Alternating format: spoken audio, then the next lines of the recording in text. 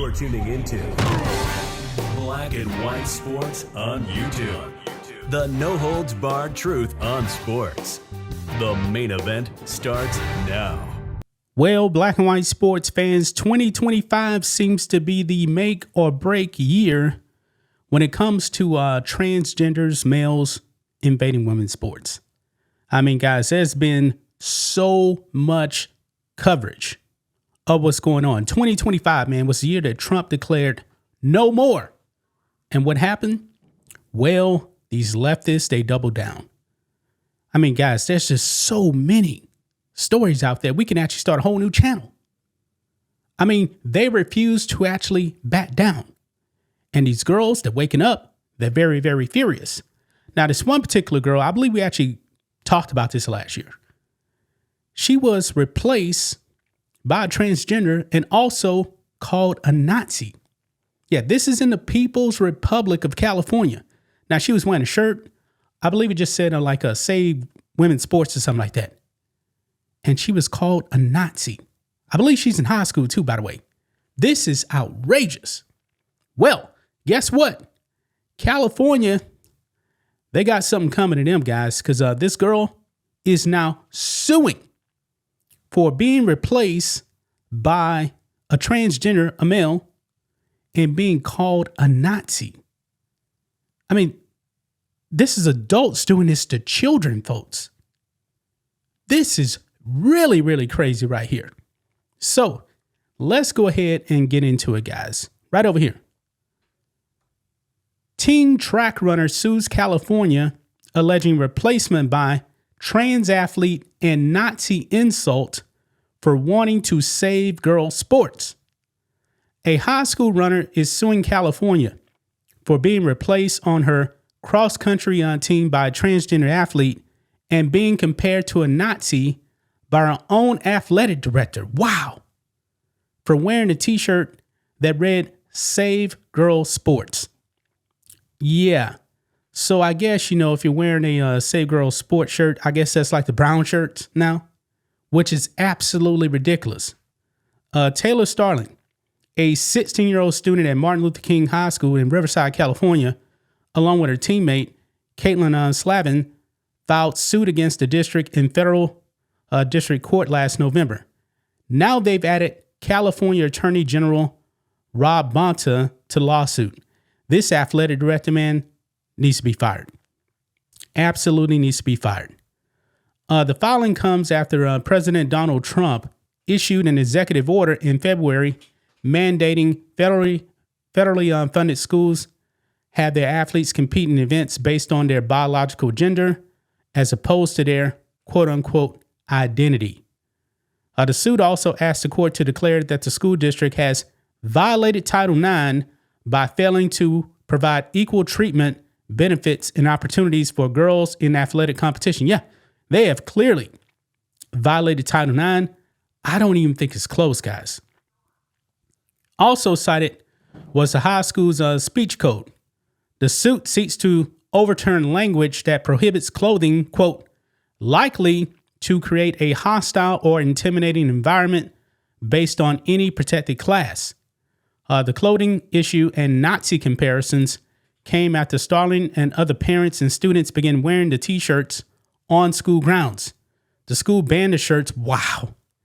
They banned the shirts last October, or November, I should say, with its athletic director reportedly calling the clothing analogous to a student who wore a shirt with a swastika in front of a Jewish student and comparing the wearers to Nazis. Man, this athletic director needs to be fired. Starling now says the director's false comparison has backfired and rallied more local support, adding that her family and friends also have her back. Quote, I've already been called that by the athletic director, so by now I'm kind of used to it, Starling said. But it was a shock to everyone else because he was also calling everyone else Nazis. So I think that caused a big reaction from everybody, and they were more willing to speak up against that.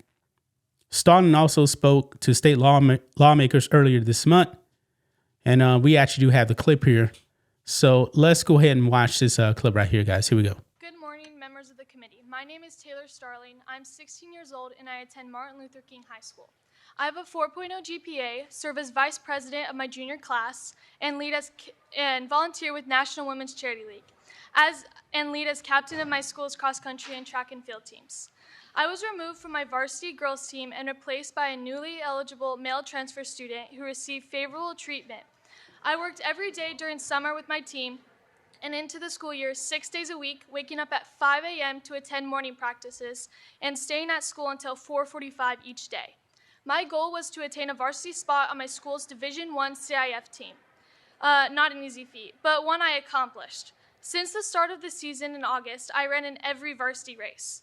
In late October, the male transfer student was given my spot after not being held to the same strict team requirements as me and the rest of the girls. He did not have to attend practice while my team and I were running 7 miles a day together. After having my spot taken away from me that I earned, I missed out on running with my varsity team in one of the top cross-country invitationals of the season. As a result of this unfair treatment, my teammate Caitlin and I wore shirts that said "Save Girls Sports" and stated that boys and girls are different. It's common sense. XX does not equal XY. This is not hateful or unkind. This is reality. However, our athletic director made me remove my shirt and told me it was like wearing a swastika in front of a Jewish person, and said that I would face disciplinary action if I wore it again. My Title IX and free speech rights as a female matter too. Why are girls being told that we must sit down and be quiet while boys unfairly get ahead of us in life? Why do boys not have to attend practice and make the sacrifices that us girls make in order to be scholar athletes? Just because those boys believe they are transgender. Girls matter too. Please protect us. Thank you. Wow. So the transgender got special rights and privileges. And this girl got replaced by him.